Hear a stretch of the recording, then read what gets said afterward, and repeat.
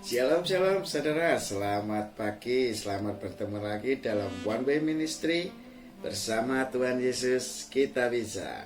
Oke saudara yang dikasihi Tuhan, selamat pagi ya. Kita belajar bersama Tuhan pada pagi hari ini berbarengan dengan orang-orang sholat subuh. Kita juga doa pagi ya. Kita juga terima firman Tuhan, pengajaran dari Tuhan.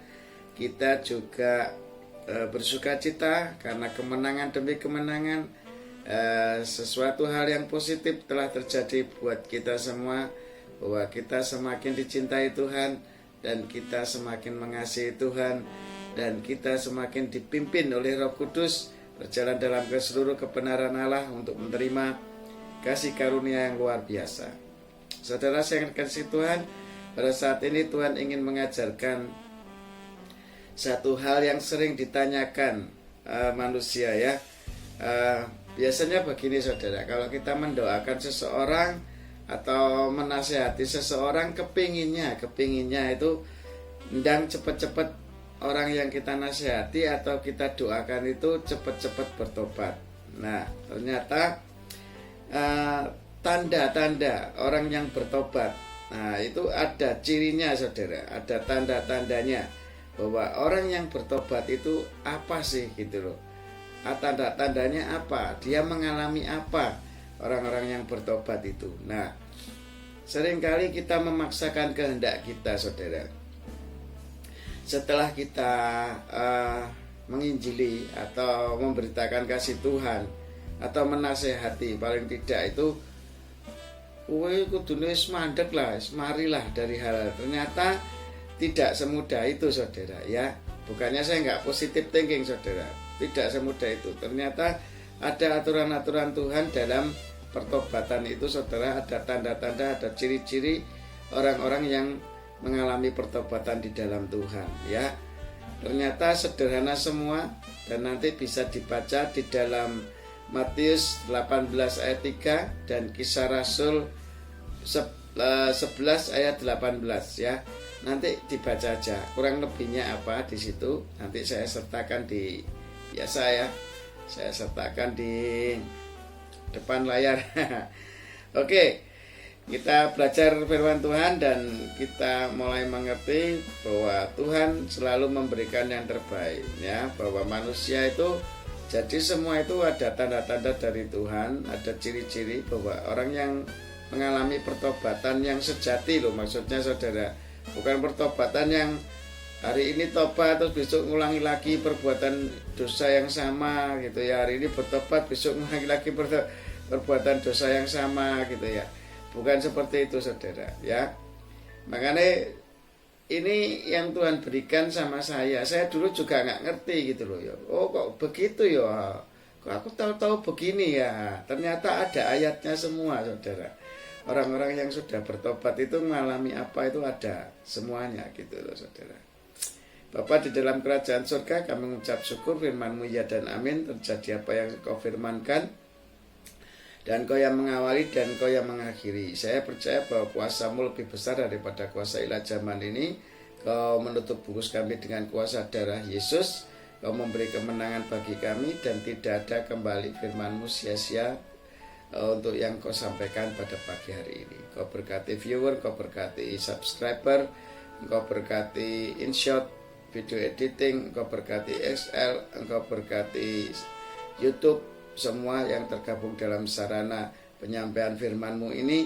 Dan kami yakin channel ini Kau berkati dan menjadi berkat bagi banyak orang. Dan kami tahu Kau selalu bekerja dengan luar biasa, dengan anugerah dan kasih-Mu yang begitu melimpah bagi kami, sehingga kami bisa selalu memberitakan kasih dan anugerah-Mu dalam tuntunan kuasa Roh Kudus-Mu. Terima kasih Bapa, terima kasih Yesus, terima kasih Roh Kudus. Dengan penuh sukacita bersyukur dan tekun berdoa dalam tuntunan kuasa Roh Kudus-Mu.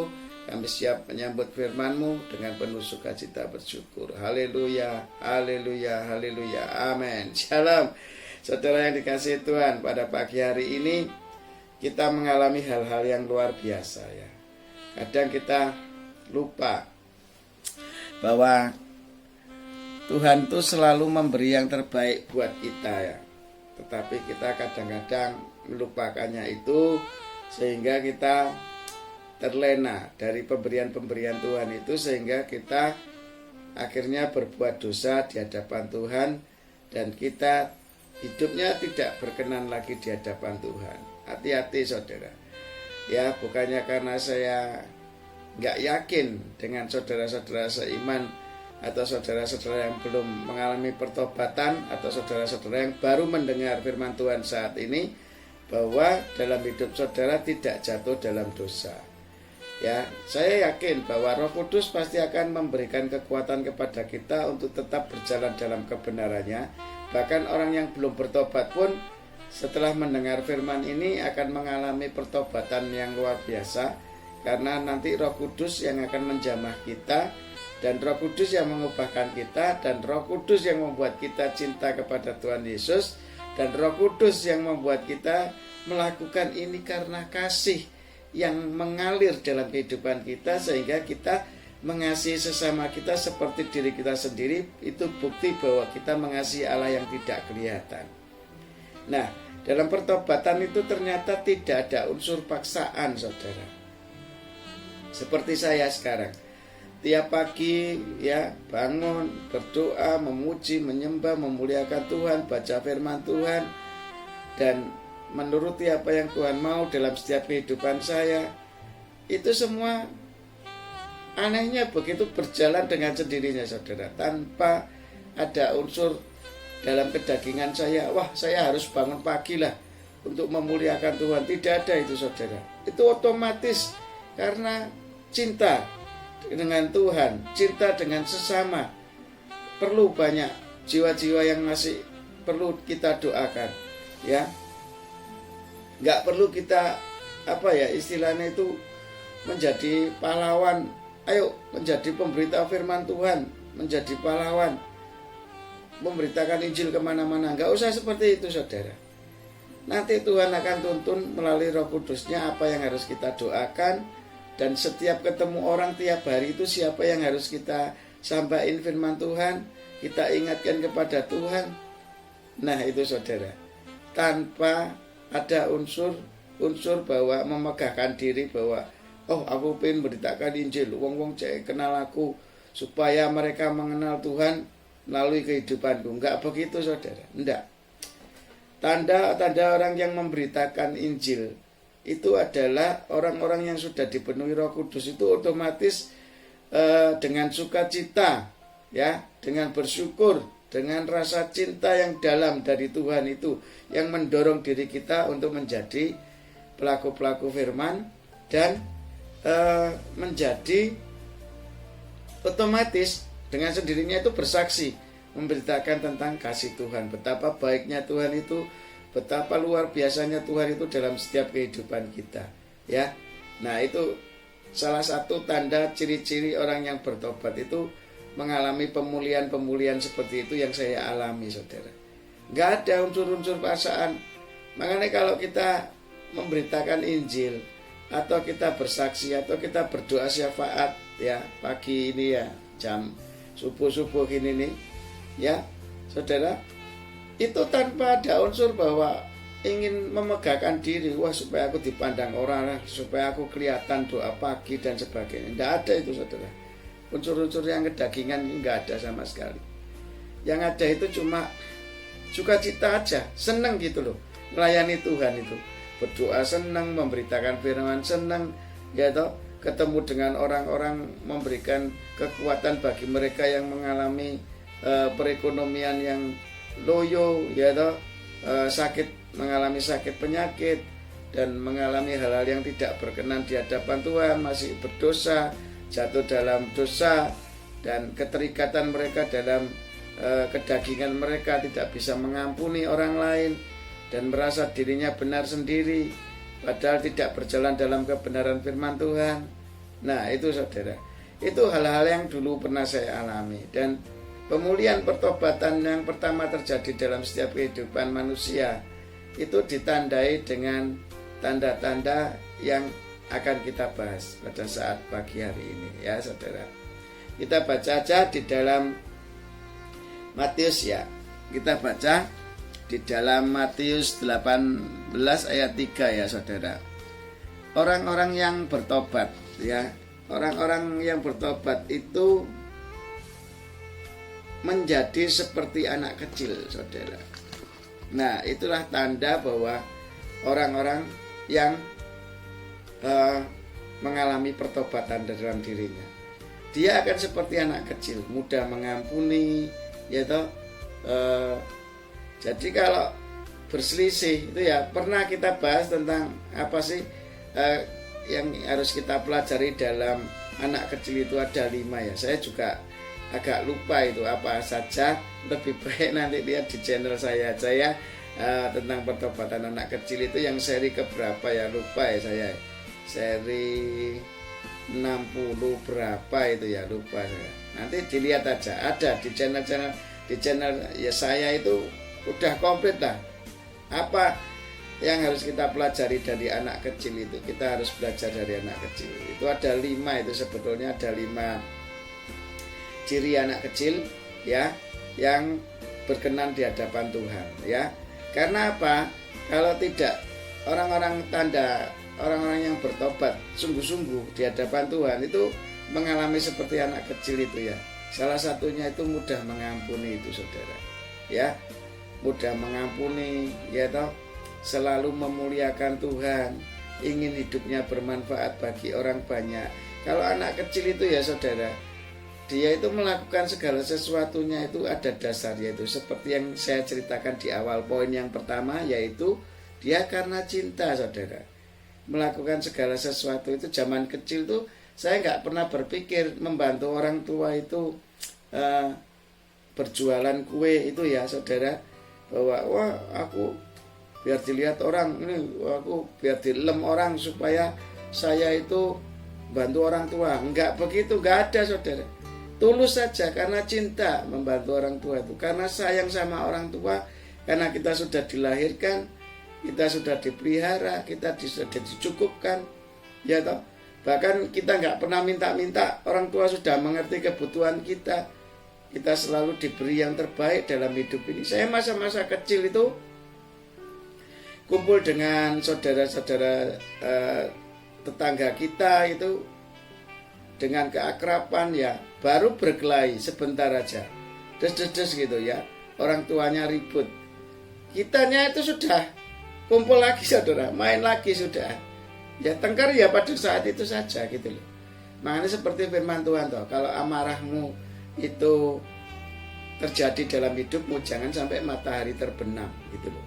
Makanya kalau cepet-cepet ngampuni, maksudnya begitu. Terus lakukanlah semua itu karena cinta, bukan karena kewajiban. Kamu sebagai anak berbakti kepada orang tua itu bukan karena kewajiban, saudara, karena cinta. Karena cinta dengan orang tua. Lah, kenapa cinta itu ada? Karena cinta itu timbulnya kasih, itu timbulnya dari Tuhan. Itu yang harus kita bagikan kepada sesama kita. Kasihilah sesama manusia seperti dirimu sendiri. Itu hukum yang kedua yang sama dengan bobotnya dengan yang di atas. Kasih Tuhan Allahmu dengan segenap hati, kekuatan dan akal budimu. Ya, jadi kalau kita mau ngasih Allah yang tidak kelihatan, buktikan dulu dengan sesama kita yang kelihatan ya. Seperti diri kita sendiri kalau mengasihi. Tuhan ajarkan firman Tuhan seperti itu. Tanda pertobatan yaitu seperti anak kecil ya. Mudah membantu, ya toh, melakukannya dengan tulus. Anak kecil itu nggak punya pikiran politik, saudara. Nah, ini yang kadang kita lupa di situ. Anak kecil nggak punya pikiran politik seperti orang dewasa. Saya mau membantu seperti ini, tapi saya dapat apa? Nggak ada anak kecil politik seperti itu. Dia tulus saja melakukan karena kasih cinta sama orang tua kita. Ya, kita melakukan dengan tulus, ikhlas, dengan sukacita, dengan bersyukur. Nah, ini saudara, do what you love. Wah, wes, ini belajar bahasa Inggris lagi saya. Do what you love. Wah, lakukanlah apa yang kamu cinta. Nah, lakukanlah semuanya dengan cinta lah. Intinya begitu kok. Wah, angele.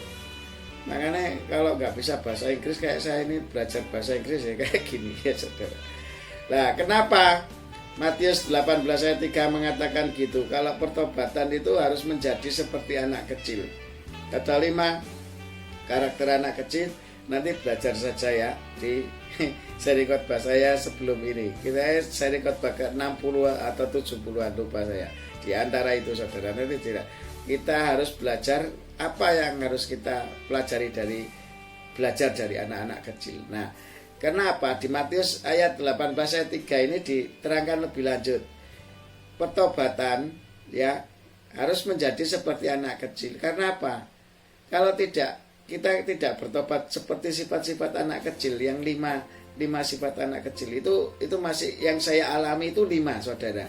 Tapi mungkin kalau saudara nanti bisa ngalami hal-hal yang baru lagi dalam pertobatan, cirinya orang-orang yang bertobat itu apa?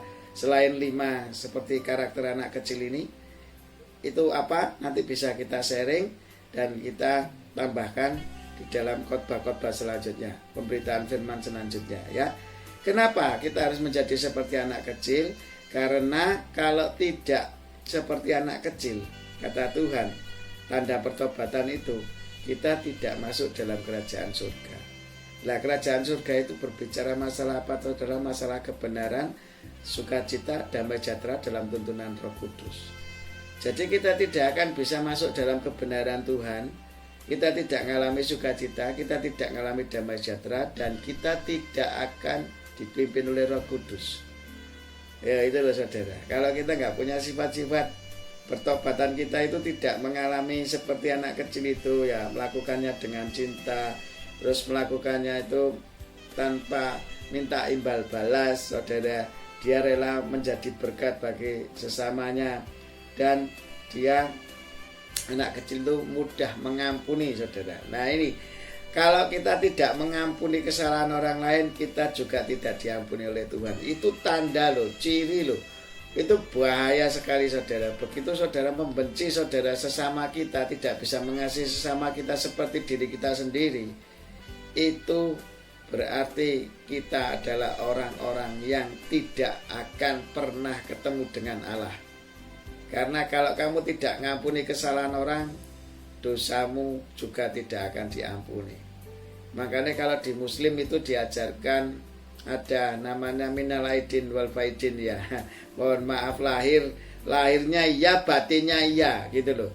Kalau sudah memaafkan itu sebetulnya ya nggak usah dihukum ya. Manusia itu namanya ngampuni itu, memaafkan itu ya melupakan kesalahannya ya, mencabut perkaranya. Tapi kalau masih kita mengampuni tetapi masih menghukum orang yang kita ampuni, itu namanya bukan mengampuni, bukan memaafkan. Itu masih ada unsur dendamnya saudara. Nah itulah bedanya kasih Tuhan dengan kasih manusia. Yo tak maaf no, tapi kan tetap harus diproses hukum. Nah itulah namanya ngampuni tapi pura-pura, kasih yang pura-pura ya, tidak tulus, tidak dengan dasar hati. Bukankah kesalahan manusia, dosa manusia itu hak penghakiman milik Tuhan? Ya kan? Tuhan ajarkan kan seperti itu haknya Tuhan. Tapi kita sering menghakimi sesama kita dengan kedudukan kita, atau dengan keberadaan kita, merasa kita lebih kuat daripada yang mau kita hukum gitu ya. Kamu siapa? Kamu merasa so hebat. Nih aku lebih hebat. Nah itulah, nggak ada unsur kasih sama sekali, nggak ada. Kalau Tuhan itu namanya Allah itu kasih, kalau ngampuni ya ngampuni, sudah. Dosanya diampuni itu dilupakan. Nah itu namanya mengampuni saudara. Kalau ngampuni masih menghukum, itu berarti sudah nggak pakai karakter ilahi, itu nggak pakai karakter Tuhan. Itu salah besar saudara. Oke, ini yang pertama. Nanti kita bahas lagi di dalam Kisah Rasul 11 ayat 18 ya. Ciri yang berikutnya, yaitu ciri-ciri tanda orang yang sudah bertobat ya. Karena waktunya ini nggak nyampe ya saudara, makanya nanti harus ada season kedua. Nggak terasa memang firman Tuhan itu rasanya cepat gitu aja ya. Begitu kita sampaikan belum membahas yang lain-lainnya sudah waktunya sudah habis ya. Jadi ini kita harus akhiri ya. Nanti kita sambung lagi pada season kedua, ciri-ciri orang yang mengalami pertobatan dalam hidupnya. Jadi kalau kita belum mengalami hal seperti ini, berarti itu belum bertobat, saudara. Pasti kumat nanti. Ya, pasti nanti kehidupannya dosa lagi, dosa lagi, dosa lagi. Yang pertama itu mudah mengampuni, saudara. Kata Tuhan, kalau kamu tidak mudah mengampuni, ya kamu nggak akan masuk kerajaan surga. Pasti kamu tidak jalan dalam kebenaran Tuhan. Yang pertama, orang kalau sudah tidak jalan dalam kebenaran itu pasti tidak mengalami sukacita, damai sejahtera, dan pasti tidak dituntun oleh roh Allah dalam hidupnya. Loh, apa sih hidup menurut roh Allah itu? Ya berjalan dalam firman Tuhan itu loh.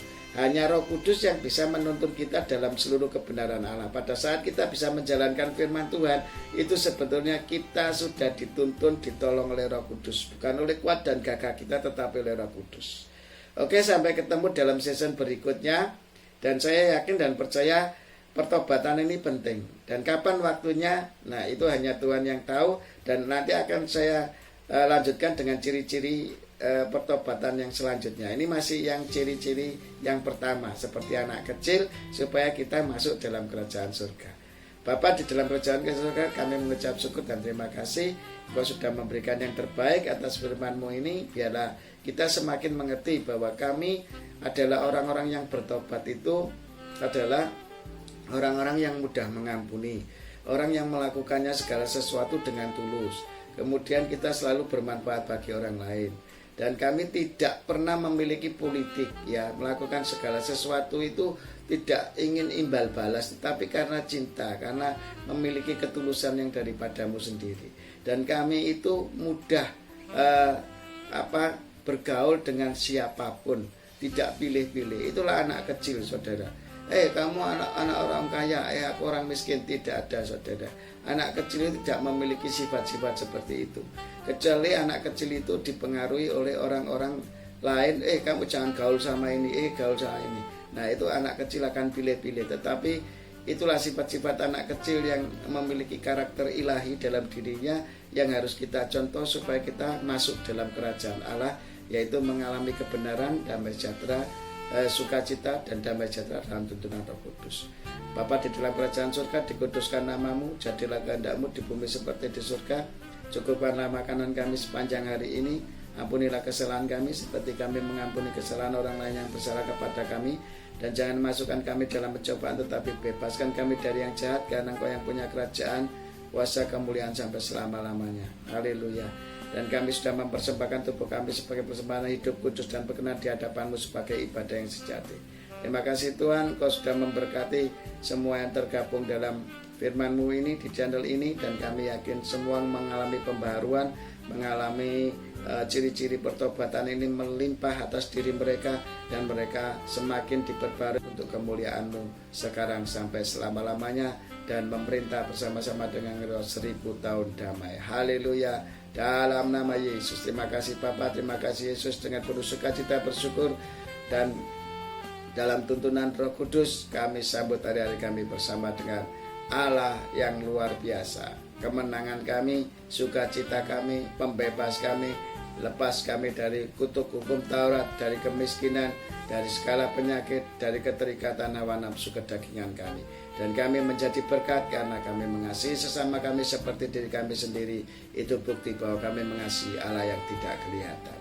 Jadi pelaku-pelaku firman yang sejati dalam setiap kehidupan pendengar-pendengar di jemaat-jemaat di channel ini. Haleluya. Dalam nama Yesus. Amin. Shalom, sampai ketemu lagi. Ya, Tuhan memberkati. Dan kami tahu bahwa Allah selalu memberi yang terbaik bagi kita. Sampai ketemu pada season berikutnya. Bersama Tuhan Yesus kita bisa One Way Ministry. Haleluya. Amin.